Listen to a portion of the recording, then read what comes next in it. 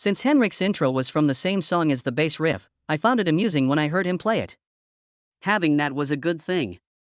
Given that Black Sabbath and Free were our competitors, that informed us. Free has that song by All Right Now or Black Sabbath. That term used to make everyone hold their breath. Smoke on the Water only had 4 simple sounds. They weren't just guitar players. They also whispered, yelled, and occasionally sobbed. Ritchie Blackmore is more than just a well-known guitarist, to be fair. His obsession with total control over everything makes him a complex individual and a musical talent, but he consistently loses the people around him. He is a hassle for his pals, but his admirers view him as a hero. He was so intelligent that the bands he headed, from Deep Purple to Rainbow, were both successful and unsuccessful. He didn't hesitate to leave when the loud rock music became unbearable. Ritchie Blackmore, a strange artist who lost himself in his own world, or a musical rebel who wouldn't settle for average, a man who can't love, or simply the only one brave enough to be completely honest with himself, even if it means being extremely alone, entered a Renaissance dream world where he played the lute and lived like a knight from another era. Let's explore the life of a man who, for one reason, had the guts to defy the whole music industry. Music is truth, and truth need not be liked by others. Early life. On April 14, 1945, Ritchie Blackmore was born in Weston-super-Mare, England. It's a sleepy coastal village, and the calm waves at the beach were a far cry from the musical tidal wave he would eventually create. His family wasn't artistic, they didn't have a stage or any recognition. Rather, they were raised by quiet, working-class parents who were severe. When Blackmore was 2 years old, the family relocated to Heston, Middlesex. He spent the majority of his childhood there. However, things really took off when he reached 11. He got his first guitar from a gruff old man named his father. There were no encouraging words attached. Rather, it arrived with a strict directive. Do it correctly if you wish to learn. Don't play around. Gut instinct and laziness had no place here. Ritchie began taking classical guitar lessons at that point and continued for years. Which, as a kid growing up in the rock period, was not what he had intended. However, those rigid, dry finger motions set the stage for what would eventually be referred to as a Black Sabbath and Bach hybrid. Ritchie, however, was a class rebel. He frequently had issues with his teachers, disliked overly rigid classes, and didn't care about the materials. As a result, he received frequent discipline and left school at the age of 15. For many, that would have been a fall. He used it as a means of escaping a system he didn't trust. After high school, Blackmore secured a secure position at Heathrow Airport as a radio technician. In the background, however, he was working toward another objective, to become England's best guitarist. He fixed radio gear during the day. His hands ached from playing the guitar all night. He wasn't enjoying himself. He had a spirit within him, which is why he played. He was fortunate to have a fantastic opportunity. He learned from Big Jim Sullivan, one of the top session guitarists in the UK at the time. Ritchie learned discipline from Sullivan in addition to skill, and he would only take discipline from music. Feeling, however, was the flesh of skill was the bones. Early performers like Tommy Steele, Elvis Presley, and most notably Hank B. Marvin of the Shadows had an impact on Blackmore. Even in the heaviest rock songs, Blackmore's solos would always sound like Marvin's dreamy, soft tone, which made a lasting impression. Ritchie Blackmore quietly departed as a young man, without any belongings or farewells, to begin transforming the guitar industry. Other teenagers were daydreaming about summer trips or school crushes. Beginning of a career. Ritchie Blackmore's early career was characterized by a never-ending cycle of unnamed bands, packed recording studios, and dusty tours around England rather than by celebrity or the limelight. Blackmore immediately entered the vibrant British music scene in the early 1960s before he was 16. He had the steely nerves of a lone wolf. He became a member of the Outlaws, a band that frequently collaborated with the oddball producer Joe Meek. Meek's bizarre world of bizarre sound effects and oral explorations taught Ritchie how to succeed in the studio. Play fast, play correctly, and don't make a mistake. However, he also discovered something even more significant. If you want to be innovative, you must take the initiative. During those years, he never ceased moving and improving in his craft. He performed with Neil Christian, Scream Lord Sutch, Hines, and several unidentified supporting bands in search of a talented guitarist. Blackmore seldom lasted long, but he was not scared to attempt new things. If the music wasn't sharp enough to make people jump, he didn't think it was worth his time. During a tour in Germany, Ritchie gained notoriety for his aggressive style of playing and his icy, almost frightening demeanor. He didn't mind that many believed he could spoil the entire event if the band couldn't follow one of his impromptu riffs. Blackmore never lowered his standards to appease others since he was quite clear about what he desired. His name was discussed behind closed doors in the guitar world, despite the fact that he was still relatively unknown. Do you need an intense riff? Speak with Blackmore. In addition to being talented, he was also stern and unyielding, which made him both feared and admired in the music industry. He nearly joined the well-known band the Yardbirds by the mid-1960s, but the opportunity was lost. Rather than contributing to someone else's history, Blackmore would soon form his own band, Deep Purple, so perhaps it was fate. After a fortuitous encounter with Chris Curtis and John Lord, former members of the band The Searchers, Ritchie was asked to join a new rock group in 1968. After a song that Ritchie's grandmother adored, the trio swiftly changed their original moniker, Roundabout, to Deep Purple. Ritchie Blackmore became the focal point of Deep Purple's sound after that. Everything in his life seems to have been building to this moment.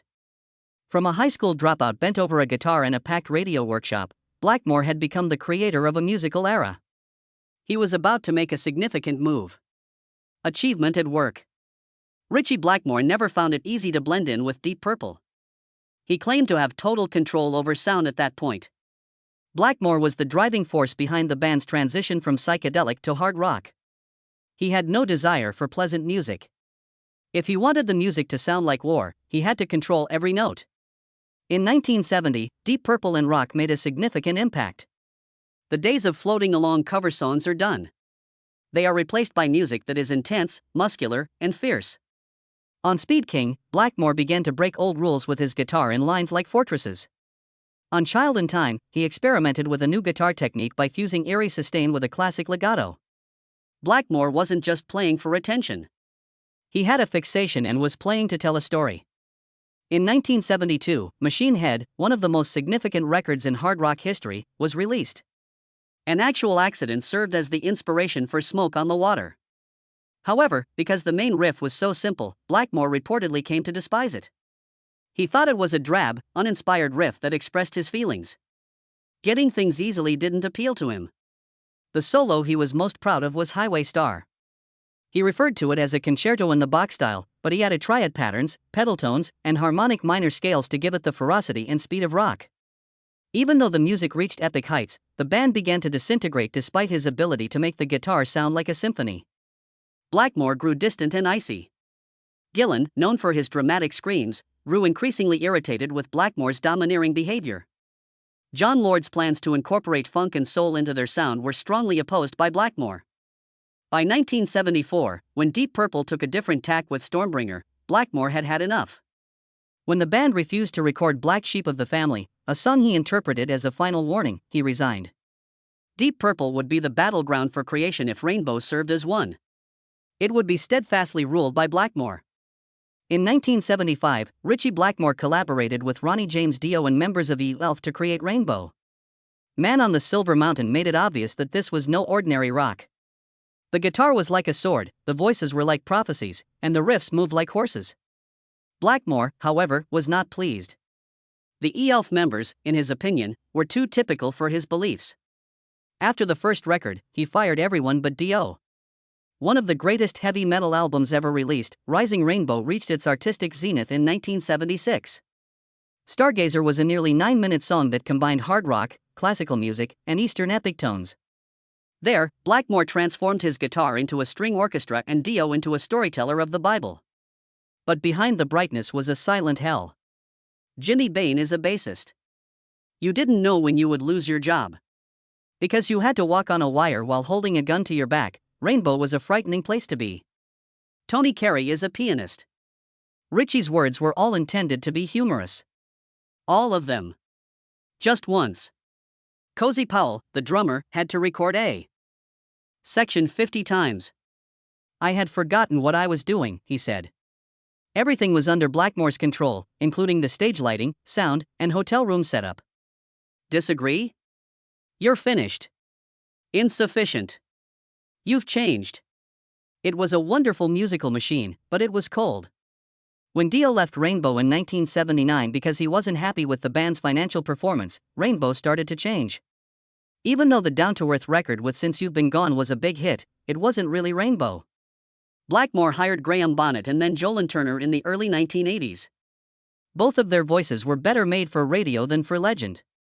Rainbow put out Difficult to Cure, which was criticized for not having enough depth, but was a big hit.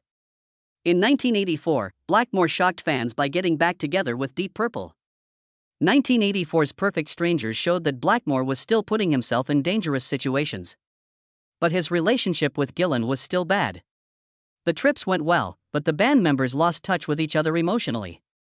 Ian Gillan said, "I no longer knew what Blackmore wanted. It could be anything or nothing." Blackmore quit Deep Purple for good in 1993, after a crazy show in Helsinki, where he threw his guitar and left in the middle of the performance. There was no goodbye or explanation. Life in general. During his long and successful career, Ritchie Blackmore made riffs and tunes that will never be forgotten and shook the music industry to its core. He went back to a different place when the lights went out and the guitar stopped playing. One where the quiet times between saying goodbye made up most of his life. Blackmore always avoided talking about his personal life in public. People just know a few bits and pieces about him. Like the names of his wives, how long they were married, and when they split up. When you carefully look at those broken pieces though, you may notice a pattern, one of loneliness, power, and hurting yourself. In 1964, when he was 19, Ritchie married Margaret Volker, a quiet German woman who was very different from him in many ways. They lived together for a short time in Hamburg, where he played in bands. One close acquaintance remarked that Ritchie still had a bit of a kind side to him at that time. He wasn't happy, but he hadn't ruined everything yet either. In the same year, Blackmore's wife Margaret had their son Udigan, yet being a dad didn't hold him down. He didn't like changing nappies, didn't know how to soothe a child, and wasn't around much as Udigan grew up. Their connection as father and son stayed distant. Even though Udigan became a musician like him, and subsequently participated in the tribute band Over the Rainbow, they would meet but not as family. More like artists, they would be. Blackmore created Burball, a German dancer, for the second time in 1969. It was a relationship, but there was no room for feeling. "I never knew what he was thinking because he didn't think I needed to know," he told me in a later, infrequent interview.